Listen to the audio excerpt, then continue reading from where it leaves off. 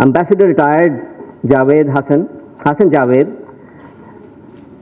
he is a retired officer of the Foreign Services of Pakistan. He holds a BA Honours degree and MA in Economics from the University of Karachi. He joined the government service in 1979 after qualifying the CSS exam of Pakistan. He has served in different diplomatic assignments in Pakistani embassies in Harare, Dushanbe and Brussels. He was Pakistan's High Commissioner to Mauritius from 2003 to 2007 and to Singapore from 2011 to 2014. He was also Pakistan's ambassador to the Federal Republic of Germany, based in Berlin from 2014 to 15. Ambassador retired �値𝗓𝗓𝗓 has had the honor of meeting and working with 4 of the greatest leaders of the last 40 years, including, above all, Nelson Mandela of South Africa, Deng Xiaoping of China, Lee Kuan Yew of Singapore, and Angela Merkel of Germany. Meeting such history-making people has given him an insight as to how great leaders function and what makes them great. He spent nearly a decade in People's Republic of China in 2 diplomatic assignments, first as the 3rd and 2nd Secretary from 1980 to 1987, and second as the Deputy Head of Mission from 2001 to 2003 in the Pakistan Embassy in Beijing. He is the author of many books, including Chinese Made Easy, Spoken Chinese in 100 Lessons, Chinese Soft Power Code, Chinese English-Urdu Dictionary, Rise of China and the Asian Century, Nation Building Paradoxes in India and Pakistan, and China West and the Islamic World, the world in 2050.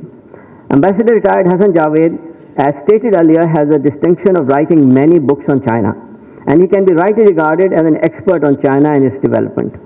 And now I request His Excellency Ambassador retired �値𝗓𝗓𝗓 to kindly present a review of Dr. Junaid Ahmed's China Leads in 15 minutes or so. Thank you.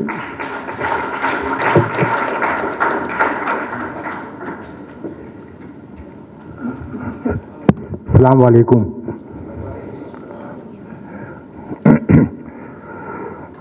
Actually, the 15 minutes that you mentioned is very right, because that's why I have written my speech. Because once I get on the podium, it's difficult to remove me. So, Honorable 𝗟𝗘𝗔𝗗𝗏 Sahiba, Chairperson KCFR, I've heard your name, but this is the first time I'm meeting you. Life is like that. His Excellency Mr. Yang Yindong, Consul General, People's Republic of China. In fact, in China, I deliver the same thing in Chinese, and that is my, but today I have to do it in English. Respected Dr. Junaid Ahmed, author, and the panel of distinguished speakers, ladies and gentlemen, and ni hao. It's a great pleasure for me to speak at this august and eminent forum at the launching ceremony of Dr. Junaid Ahmed's recent book. In fact, me and Dr. Junaid share one habit of frequently writing books. And I don't know who is going to win this competition. So far, probably we are neck to neck. So, and it is that I have written 9 books on China and on 1 book on our nation building paradoxes. But I found Dr. Junaid's passion for China interesting and genuine, because I met him only a few years ago. For me, my occupation with China has been nearly since 1980, and in fact even before that. So I mean, I have more than, you can say, 44 or 45 years. But I saw Dr. Junaid when I met him just a few years ago in Islamabad, and then now in Karachi, as I relocated from Islamabad. Generally people relocate there, I relocate from there. So I like to focus on aspects of his book, because there's so much to speak on China, and that's why I have written 9 books. And if God permits, I have good health, maybe I continue writing. No, you might ask why. Because I feel all boardroom discussions, all meetings of companies all over the world, all meetings in presidencies, in cabinet meetings, everywhere, invariably the first thing that is being talked is China portfolio. How to benefit from China's rise and engage China. It's global phenomenon. So, knowing about China, knowledge about China, preparing for is like preparing for the 21st century.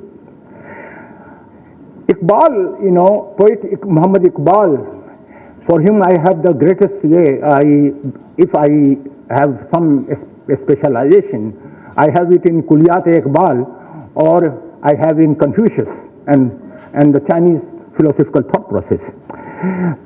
So Iqbal had said, Himalaya के चश्मे उबलने लगे, गिरा ख्वाब चीनी संभलने लगे, हिमालय के चश्मे उबलते हैं कब तलक, खिज़र नज़ारा करता है वुलर के किनारे. वुलर एक झील है, is a lake in IOK. सो खिज़र नज़ारा करता है वुलर के किनारे, उठा साकिया इस पर्दे रात से, लड़ा दे ममूले को शहबाज से, गया दौर सरमायादारी गया, खेल दिखाकर मदारी गया. Iqbal's predictions, and unfortunately we have actually, I don't know whether we are reading about Iqbal, but his predictions, most of them have come so far true. One was the emergence of Pakistan, and the other, of course, rise of China. And then what you see, लड़ा दे ममूले को शहबाज से, गया दौर सरमायादारी गया, is now in the process. So I will write in my brief remarks. I try to as brief as possible before I get the signal. I focus on his book China Leads. I have read many books. I can't say you the number, maybe 1,000 or more, or maybe 10,000. I don't know how many. I just read books and write books now. I mean, so far I don't know. I have no other hobby and no other work to do. I just write books and read books, and that is what I have been doing. So in his book I find very unique. You see, this is the type of book I think we in Pakistan and globally we need this type of book. Why we need this type of book? Because in one place you get everything about China. I have read so many books about China, but I've never got so much information. The Consul General, Mr. Yang Yindong, is a great friend. It's an amazing book because I write myself 9 books, and my books are focused on one area or the other area, like China's worldview, China's development experience, China's soft power, China's, one area focus. In this book, and this is the first book I have seen, and I would strongly recommend the Consul General, who is a friend, to do something about it. The world doesn't know about China. There is a very great gap in knowledge about China. And, as Iron Brothers, we in Pakistan are doing our maximum to introduce China. And Dr. Junaid's book is one unique book which should be actually taught as a textbook in universities there. In universities, in all the universities, all the world, because he has not taken he has taken perfect objective point of view, unbiased, like a narrative style. And this is an amazing book, and there are many other aspects I'm going to talk to you. Actually, I think, I have a strange habit, and that is, in line with our teaching of our Holy Quran, I develop a habit of reflecting, introspecting, thinking. This is what we are always urged in the Holy Quran. Wouldn't you like to think? Wouldn't you like to reflect? Wouldn't you like to introspect? And let me tell you, for me, that's why I prepared this speech, because otherwise I will not have enough time. The world will need China more and more. This is my feeling. And I think China is at the initial stage of its rise. I have made my life preoccupation with focus on China, and let me tell you, for more than 45 years, I have, all these things that I tell you, the world, at that time, they used to tell me, you have become a communist in 1980. Because people never understood what was happening in China. Now everybody is either, if he is a friend of China, very surprised. If he is not a friend of China, he is shocked. What has happened?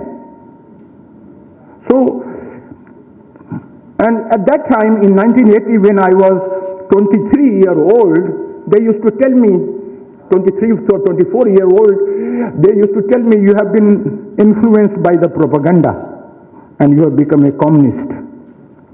Now everybody offers me a job in American university. I say I don't want to go anywhere. I'm in fact leading a hermit life. I'm not very active man, except that I write books. So this, this book is very, it gives you the algorithm of China knowledge. It's an era of algorithm. That's very important. And the world, I think China is a lottery when it comes to Pakistan. It's a lottery, and I can tell you, I don't want to be negative. There is so much toxicity in this society. I don't want to take any position, but I can tell you, we haven't gone beyond 10% of utilization of the potential that exists with China.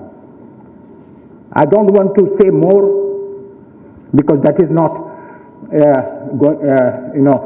I'm not used to that, because as a diplomat, I have always said goody and goody things. There are 5 sectors in which China undertook reforms, if you want to know what happened. Surprisingly, they say there are 3 kinds of diplomats in the world. One who make things happen. Then there are diplomats who see things happen. And there are diplomats who say, what happened? We unfortunately, I don't know what to comment on that. But China did 5 things in the initial stage. And let me tell you, it did many things. I have written only a small story in my 9 books. I don't know how many books I have to write to tell you the story. But 5 things they did. They did reforms, all kinds of reforms, comprehensive reforms. I was a witness. I met Chairman Deng Xiaoping 5 to 6 times, at least half a dozen times. And I was a young man, and I knew the language. I had studied the language, so it was a treat for me to listen to a man who was shaping history, who was making history. So what he did was, first he did reforms, and the reform was in agriculture. Second was reform in civil service. Third was reform in taxation system. Fourth was reform, and all these were done simultaneously. No, not like, after. It was a very well thought it was engineering, social engineering, which no place in the world has done such. So you have, fourth was education sector reforms. And the fifth was leadership reforms. Leadership reforms sounds very strange, but they say, 𝗕𝗤𝗙𝗎𝗓, 𝗕𝗙𝗔𝗨𝗡. In Chinese, they say the leadership reforms was also very important. So, now I think, these 5 sectors helped China, and there are details in my book, or some of my books are here. I didn't bring all 10 of them. But China's rise has been beneficial for the world peace, development and stability. China is not only admired by its foes and friends, but also accepted as an honest interlocutor in international affairs. China enjoys the trust of the vast majority of the international community. The developing countries see China as a model of development, which despite huge population, underdevelopment, rampant poverty, and above all Western powers' hostility, was able to achieve so much in such a short a time. China achieved I say in my books, in 40 years what the West achieved by 400 years, in 400 years. And the West did it by conflicts, violence, colonization, and China did it all without that, by hard work, by soft power, and by making the right kinds of reforms. So the global underclass and underprivileged people are also able to enjoy the luxuries of consumer goods because of China. Before it was not available except the upper class of the people. Without China's contribution, the global income inequalities could have been very, very severe. So I think, rise of China is slowly impacting the world, and it is bound to impact more and more. China's leaders have deftly used their cultural and soft power skills. Look at what China Belt and Road Initiative, and you have China sharing its prosperity with the extended neighborhood. You see, I get the first year signal. I will just briefly short it and just come to what, because for such a subject, you need more and more. Yeah, but look at Belt and Road Initiative and then China-Pakistan Economic Corridor, and you see the second phase. Where is the second phase? What needs to be done? You see, if the second phase becomes success, I think Pakistan has a chance of economic takeoff. But we have to think, whether we remain with the past 300 years of colonial mindset or we are ready to break through. In fact, China's story of breaking through is told in a book called Breaking Through by Vice Premier Li Lanqing. So if you want to read China's story, that's the best book from the Chinese perspective. History is never stagnant, and you will see a lot of changes. What I want to say about this book particularly is that it's a book which made me very surprised, because Dr. Junaid has made 5 countries model. China is leading in 100 indices already, economic and technical indices. He has made a database of 5 countries and more than 40 indices in which China is leading. And the most interesting thing in his book I found was comparison between India and China. There's no comparison. There's no comparison. You look at the 5-country model, you will have an idea. So I think his book is going to be a very, very useful addition to the existing literature. And I'm very happy to be a reviewer of this epic book. Thank you very much. God bless you.